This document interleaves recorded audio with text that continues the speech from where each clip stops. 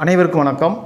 அதாவது இப்பொழுது தேர்வு நடந்து கொண்டிருக்கிறது. பரீட்சை, அதாவது எல்லா வகுப்புக்கும் தேர்வு நடந்து கொண்டிருக்கிறது. குறிப்பாக 10, 12 பொதுத் தேர்வு எழுதிக்கிட்டு இருக்க மாணவிகளுக்கு என்னுடைய மனமார்ந்த நன்றியும் வாழ்த்துக்களையும் நான் தெரிவித்துக்கிறேன். நீங்கள் எந்த ஒரு பதட்டம் இல்லாமல், ஒரு அச்சம் இல்லாமல், பயம் இல்லாமல் நீங்கள் தேர்வு எழுதுங்க. கண்டிப்பாக நீங்கள் வெற்றி பெறுவீங்க. நல்ல மதிப்பெண் எடுத்து அடுத்த வகுப்புக்கு நீங்கள் செல்வீங்க. நான் உங்களை மனதார நான் உங்களை வாழ்த்துக்கிறேன்.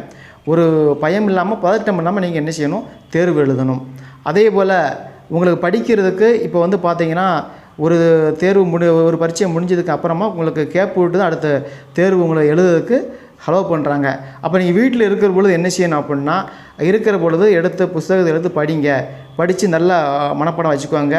மொபைல் பார்ப்பதோ, டிவி பார்ப்பதோ, அதாவது சில கூட்டங்கள் இருக்கிற இடத்துல இருந்து படிக்காதீங்க. ஒரு தனிமையான இடத்துல இருந்து நீங்கள் என்ன செய்யுங்க? நல்லா படிங்க. படித்து நல்லா மனப்பாடம் பண்ணி அந்த தேர்வு நீங்கள் எழுதுங்க.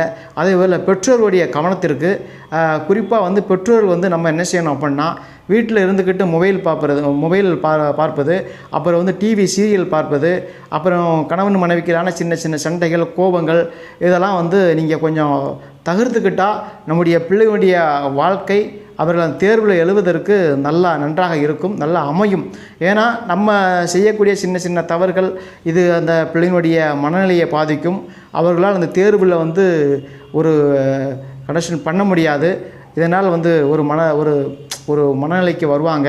அதனால் அவங்க டிஸ்டர்ப் பண்ணாமல் அந்த தேர்வு முடியத்தட்டியும் கொஞ்சம் இதெல்லாம் நம்ம என்ன செஞ்சுக்கிட்டு தள்ளி வச்சுக்கிட்டால் இன்னும் நல்லாயிருக்கும். பிள்ளைங்கிற இடத்துல அன்பாக பேசுங்க, ஒரு அரவணைப்போடு பேசுங்க.